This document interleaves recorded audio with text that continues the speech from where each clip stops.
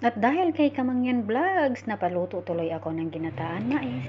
Hello ha mga kamarites! Ayun, for today's video, ginataang mais na lang tayo.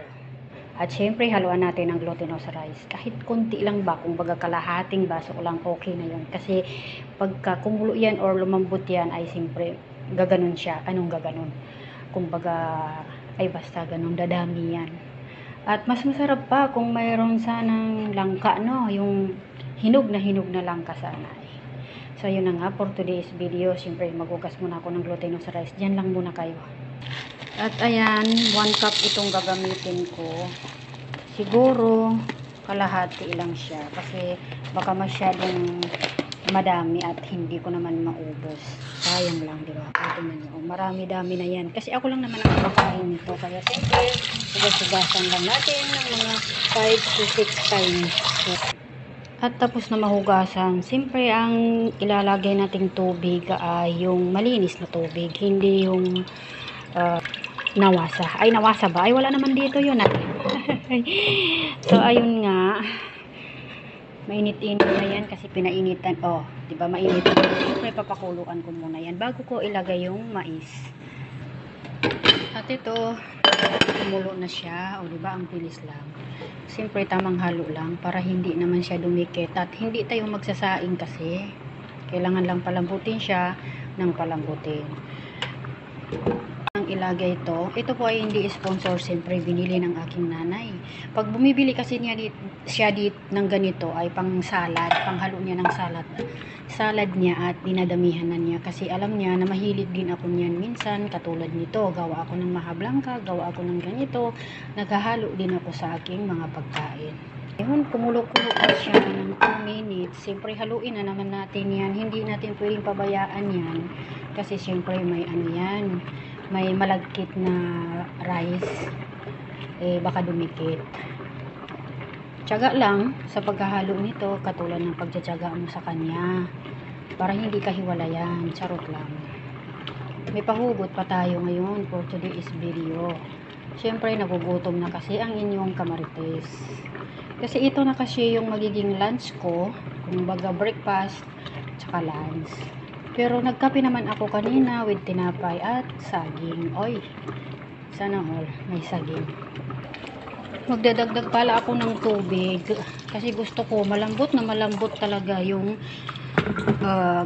ano yon, malagkit rice. Kaya nagdagdag ako ng tubig niyan. Ay, naku, napabayaan ko na siya kumulo ng 5 minutes. Siyempre, abang nagluluto, naglilinis din. Pinagsasabay-sabay ko na yung ating trabaho. Ganon. Lagyan ko na siya ng sugar. Lagay ko na lang kaya ito. Tansya lang to. Hindi ko alam kung ilang spoon yun. Pero okay lang naman. Titikman lang natin maya-maya. Kasi hindi naman pwede na sobrang matamis. Maglagay din ako ng fresh milk. Tansya lang yung fresh milk ko kasi mamaya-maya ay maglagay ako ng coconut milk. Ayan, kumulo ng mga 2 to 3 minutes. At tayo na mga kamarites, kanina pa siya kumukulo. Ayan na, parang aapaw na ata sa taas. Yung kaldero ko ngayon kaysa yung iluluto ko. Kasi nung una ako nagluto ay grabe na talaga. Umapaw na talaga yung iluluto ko. Pero sabaw naman yun, hindi ganito. Mas masarap sana ito kung may sago, di ba? Wala kasi tayong sago. At mas lalong sasarap kung mayroon pang langkang hinog.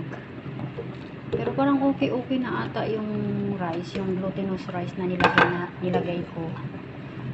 Yung mais naman ay okay na siya. Okay naman yung tamis niya para sa akin. Bilis niya talaga kumulo. Oh, ayan na. Oh, ayan na naman.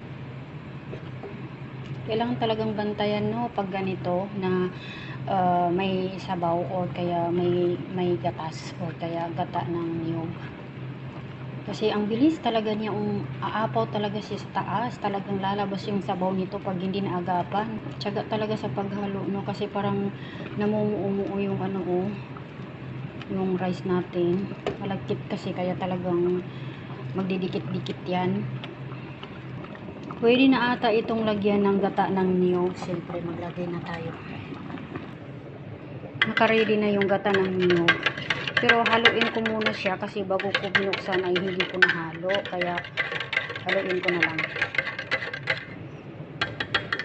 Siyempre, hindi ito sponsor. Binili rin ito ng nanay ko at siyempre gumamit ako ng isang lata.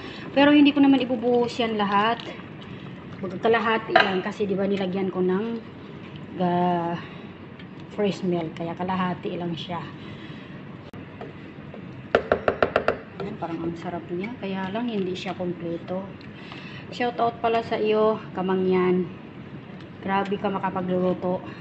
Ito yung niluto niya sa asawa ng kuya niya, yung ate niya na nag-birthday. Napanood ko kasi ito, kaya luto tuloy ako. Dahil kay Kamangyan. Napakasikat talaga ng bata niya. Napakabata pa lang niya. Grabe siya. Grabe ang sipag. Talino ng utak.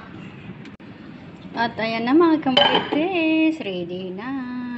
Pwede na siya kainin. Inop ko na pala yung apoy niyan, pero kumukulo pa rin siya.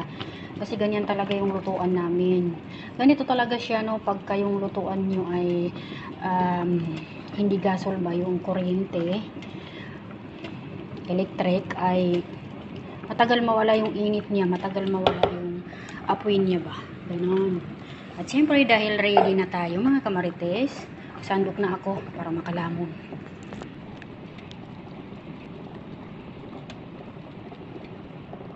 Ayan, pwede na yan. Grabe naman, ang dami kong sinandok. Baka hindi ko maubos to. Charot. O siya mga kamarites, kain muna ako. Gutom na ang marites.